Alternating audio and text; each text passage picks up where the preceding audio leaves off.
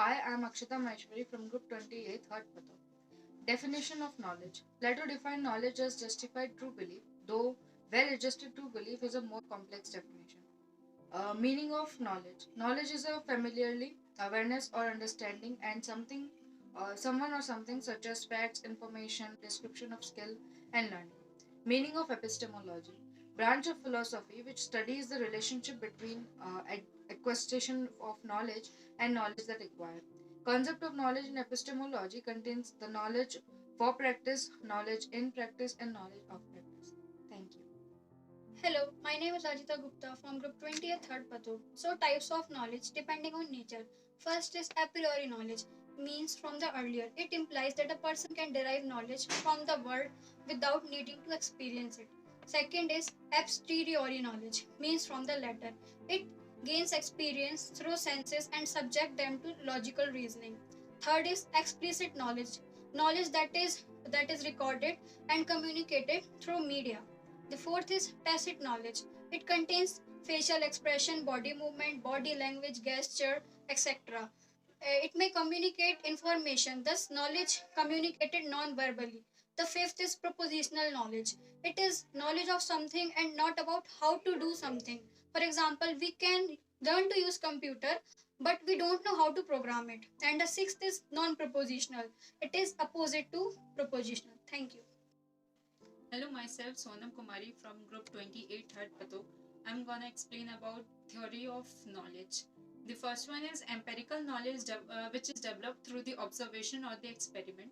The second one is idealism. In this, knowledge is primarily acquired by the a priori process. And the third one is rationalism.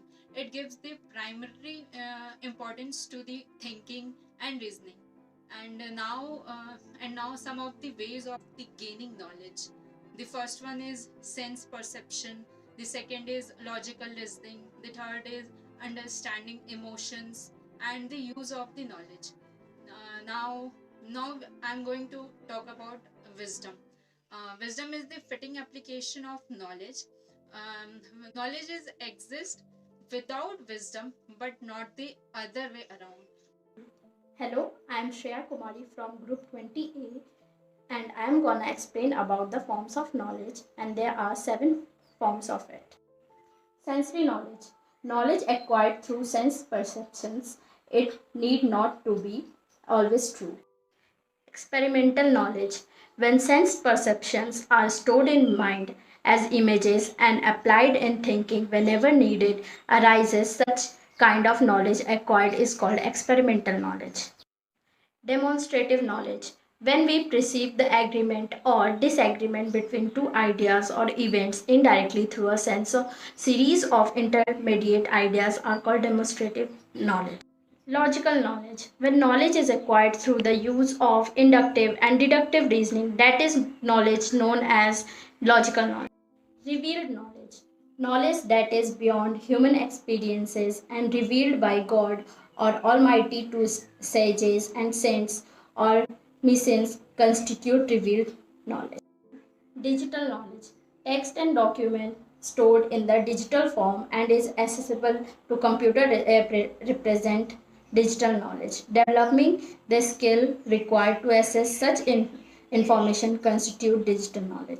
Intuitive knowledge. When the mind transcends the sensory perceptions and intellectual reasoning and get deeply absorbed in the highest level of conscious, enabling us to understand situations, people's feelings or agreement, disagreements of two ideas, etc., immediately without the need for conscious reasoning or studies. It is called intuition.